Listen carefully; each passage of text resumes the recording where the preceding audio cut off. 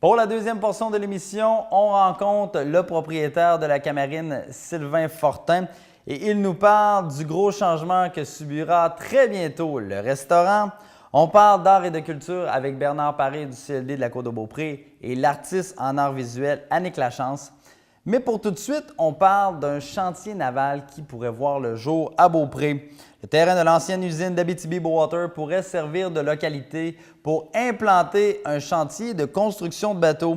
Un projet qui s'élève à près de 180 millions de dollars et qui pourrait créer près de 800 à 1200 emplois.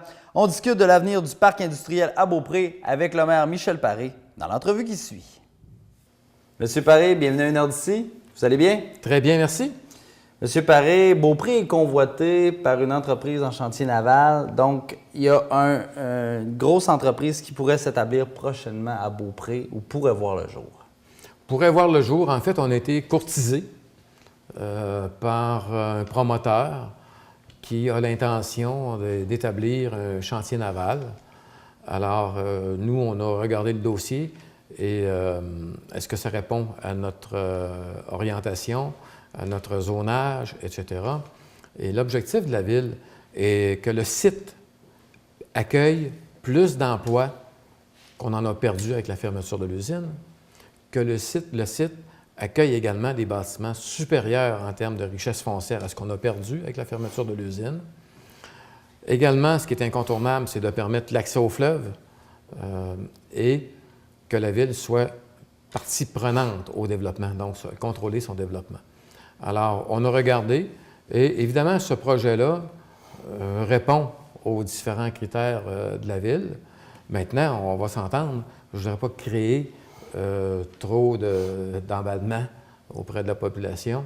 C'est un projet qui est à ses tout débuts et malgré l'existence de ce projet-là, c'est le 10e projet que l'on reçoit à la Ville de Beaupré et c'est le seul projet qui nous a demandé un appui.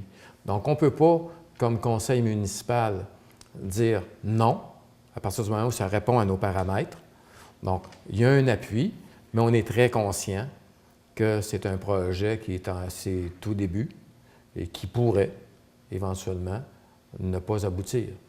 Vous parliez de combler le nombre d'emplois perdus par la perte de l'usine Abitibi-Bowater. On parle de 370 emplois, mais là, on parle de entre 800 et 1200 emplois. Est-ce que la Ville voit ça d'un œil favorable? Bien, c'est ça. Notre objectif est d'obtenir plus que 370 emplois, le nombre d'emplois qui existait au moment de la fermeture de l'usine. Donc là, on parle d'un projet qui pourrait créer entre 800 et 1200 emplois. Donc, on ne peut pas dire non. Et la richesse foncière de l'usine, l'ancienne usine Abitibi-Bowater, était de 22 millions environ. Et là, on parle d'un projet de 150 à 180 millions. Donc, on est de beaucoup supérieur. Donc, ça répond à nos deux objectifs de base. On ne peut pas dire non, on ne veut rien savoir. On doit rester ouvert, mais on n'est pas aveugle non plus, là. Alors, on regarde, on appuie et on verra. Mais nous, ça ne change absolument en rien notre orientation fondamentale de la Ville de Beaupré de devenir propriétaire du site, parce qu'on a des études de requalification, on a des études de retombées fiscales, on a différentes études, et nous, on continue notre processus. Même s'il y a ces projets-là, la Ville veut quand même être propriétaire de ce terrain-là. Tout à fait. On ne se mettra pas à la remorque d'un promoteur, à la remorque d'un projet. On a eu auparavant une dizaine de projets. Dans certains cas, les projets étaient trop gros pour le site. Dans d'autres cas, les projets n'étaient pas suffisamment avancés pour toutes sortes de raisons. Et ce qui fait que même à l'occasion, on était bien content que le projet ne se réalise pas parce que présentement, on n'est pas propriétaire du site. Et à partir du moment où ça répond aux critères d'urbanisme, on ne peut pas dire non. Alors, si on arrive avec une usine très polluante, très bruyante, on ne peut pas dire non. Donc, c'est une des raisons pour lesquelles on veut devenir propriétaire du site, pour avoir un meilleur contrôle. Mais est-ce qu'avec un projet de cette envergure-là, on s'entend, c'est pas un petit projet, est-ce que ça ferme la porte à d'autres propositions, d'autres démarches qui pourraient se faire? Non, ça ne ferme pas la porte. On est capable de travailler en parallèle plusieurs projets. Mais est-ce et que on verra lequel des projets pourrait se concrétiser. parce qu'on peut avoir des projets qui ne se concrétisent jamais. Et il peut arriver de nouveaux projets qui pourraient se concrétiser. Est-ce que Donc, ce nous, projet-là... on poursuit nos démarches. Mais est-ce que ce projet-là prendrait tout l'espace du parc industriel ou seulement une portion? Pour l'instant, c'est prévu qu'ils prennent l'ensemble de l'espace, moins les parties qui sont réservées à la ville pour permettre à la population d'avoir accès au fleuve. Ça, c'est un incontournable. Mais le site, probablement, sera utilisé presque à 100 pour ce projet-là. Bon. Est-ce qu'on sait ce que fait plus ou moins l'entreprise, la compagnie là, Marine Industrie Plus? Ça doit être anglais, mais je le dis en français. Est-ce qu'on sait ce que cette compagnie-là fait? Est-ce qu'ils font juste de la construction de bateaux ou il y a d'autres choses qui se rattachent à tout ça? Non, on est dans le domaine des bateaux. C'est des bateaux, c'est pas le chantier comme un chantier naval de Lévis. Il n'y a pas de construction de cale sèche.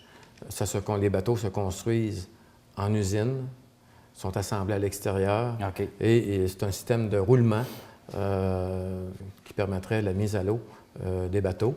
Et ce sont des bateaux qui serviraient à déplacer des camions-remorques pour enlever les camions-remorques des autoroutes pour utiliser le fleuve Saint-Laurent et d'autres cours d'eau pour la circulation routière. Vous avez dit tout à l'heure que le dossier en est à ses premiers balbutiements, là, mais on en est rendu où présentement? C'est quoi les prochaines étapes? Bien, les prochaines étapes, pour la ville de Beaupré, nous, on est plus en mode attente. Observation. On est en mode attente. Le promoteur a rencontré parce qu'il y a un projet également au Nouveau-Brunswick. Alors, le promoteur a rencontré récemment le chef de cabinet du premier ministre du Nouveau-Brunswick et le ministre économique du Nouveau-Brunswick. Et on s'est rencontrés la semaine dernière. Et il a des démarches à faire, lui, au Québec, avec ses investisseurs qui sont étrangers.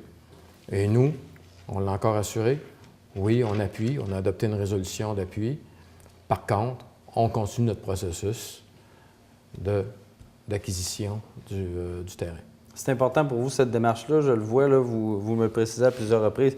C'est vraiment important parce que c'est ce que la ville veut, devenir propriétaire. Pourquoi avoir le choix, une emprise sur ce qui va se passer sur ce terrain-là? C'est trop dangereux pour la population avoisinante. C'est-à-dire dangereux? Par exemple, lorsqu'on se reporte en 1926, quand il y a eu la construction du moulin à papier, il n'y avait pas de zone résidentielle autour. Aujourd'hui, on a une zone résidentielle importante. Alors, on ne peut pas arriver avec n'importe quel type d'entreprise qui serait très bruyante, très polluante et très, très, très dure sur le réseau routier. Donc, on veut contrôler pour différentes catégories, différents types d'entreprises, avoir le choix. On a le luxe de se payer ce choix-là, étant donné que la situation financière de la ville va très bien, les développements résidentiels vont très bien. Alors, on doit être très vigilant au niveau du développement. Par contre, ce que ça met en relief, c'est qu'il est essentiel qu'il y ait la construction d'un pont pour relier le parc industriel du secteur ouest au secteur est où était l'ancienne usine. Parce que la capacité d'accueil du site, ou même le projet de chantier naval, fait en sorte que, lorsqu'on parle de 800 emplois, ça fait de la circulation. Il faut penser également aux fournisseurs. Alors, ça fait beaucoup de circulation automobile, circulation, trafic lourd, etc. Alors, évidemment que la rue Prévost, l'avenue Royale, devant l'église, l'école primaire, le pont Tachereau, la rue du Moulin, c'est un réseau routier qui ne peut pas accueillir autant de circulation. Donc, ça nous prend un pont et ça remet en relief l'importance d'avoir un pont.